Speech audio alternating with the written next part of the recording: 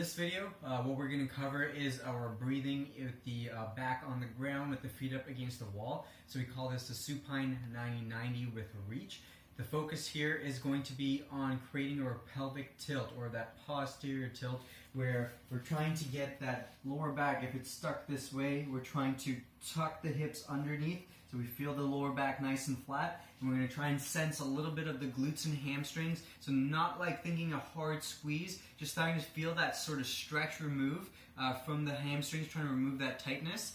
And then as we hold that position, we're going to focus on our breathing. So for our breathing, we're going to use a 3-second count to exhale out of the mouth, almost like we're trying to fog a glass or some windows, so more of a. And as we breathe out, we should feel this tightness and this wrapping sensation around the core. Again, nothing too intensive, just a small, somewhat of a sensation there.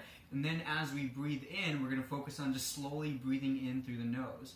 Now, after the exhale, we'll always pause for about a 3-second count before we take a breath in.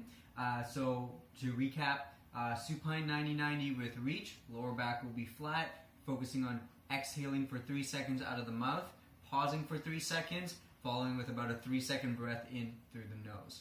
So for the setup and the position, what we're going to do is first start off with our back flat against the ground with our legs up on the wall. So my feet here are going to be about hip width apart. I don't want to be too wide or too narrow. I'm thinking heel in front of the knee, knees above the hip. Now, the bend in the legs here, we want somewhere around a 90 degrees. So we don't want to be too low, but we also don't want to be too high up. From there, I'm going to then lightly push both of my feet into the wall. I'm going to lift the, if we need to, we can even lift the toes off the wall there. So we feel just more of the heels against the wall. Now, once I have my heels pushed, I'm going to also lightly drag down. So it's like I'm trying to do this, however, not too hard because I don't want my feet to actually slide. I just want to create a bit of a sensation through the hamstrings. So we push, lift the toes off, drag down, and then here, if the back, you can see there's space, I want to create a little bit of an engagement here so my pelvis tips. Now you can see as I do that, my hips want to come off the floor, the back is flat on the ground. I'm just going to lightly lift. So heels against, a little bit of hamstring tension, hips are off the ground, back is flat. Hands, we're going to reach up to the ceiling with the palms facing away. And as I reach, I'm going to start to feel a bit of a stretch through the shoulder blades. Head is flat against the floor, and then we start our breath here. So once we're in position, start by exhaling out of the mouth for 3 seconds. Feel the core engage lightly, and then hold for 3, 2, 1. And then breathe in through the nose. Exhale again. Hold. Breathe in. Exhale. Repeat this for 5 breaths. Lower the hips down, relax. Take a few minutes, a few seconds, about 10-15 seconds. See how things feel. Then reset again. Press, lift, tuck, reach, repeat again. You want to do this for 3 sets of 5 breaths. Once we're done there, we're then going to come over into our pelvic tilting.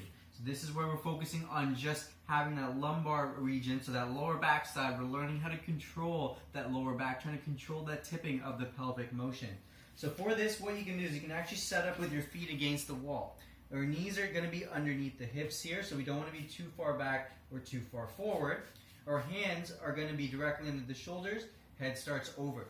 Now from there, I want to extend my spine. So extending the spine means I create some tightness in the lower back so you can see my low back sink. I also sink the spine through the upper back here towards the chest, and the neck lightly comes up. So I don't want to squeeze too hard, just slightly looking up. Now while keeping a bit of pressure with the hands into the ground, I'm going to try and just slowly engage my hamstrings and my glutes and my abdominals, my lower abs. I almost want to think like I'm crunching my core, okay? Like we're doing a crunch. And as we do that, we'll feel that pelvis start to lightly tip. You can see it starts to rock or rotate posteriorly, so we're tilting backwards. As you do that, you'll feel a nice strong squeeze to that core. You're going to feel a bit of a stretch through that lower back. Once we get a little bit of tipping there, then we just go in the opposite direction. Just start to tighten up at the hips. Tighten up at that lower back, create that C down to the ground.